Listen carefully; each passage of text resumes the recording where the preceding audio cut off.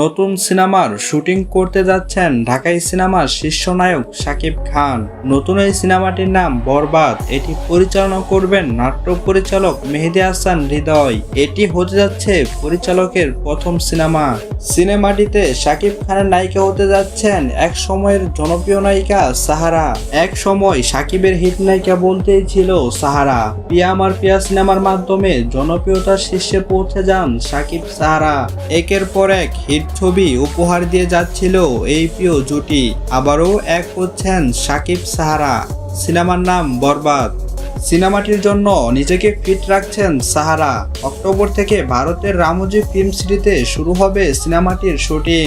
এছাড়াও সিনেমাটির একটি গুরুত্বপূর্ণ চরিত্রে কাজ করবেন মিশা সওদাগর। বরবাদ সিনেমায় শাকিব সাহারাকে একসাথে দেখার কে কে অপেক্ষায় আছেন অবশ্যই কমেন্ট বক্সে জানিয়ে যাবেন।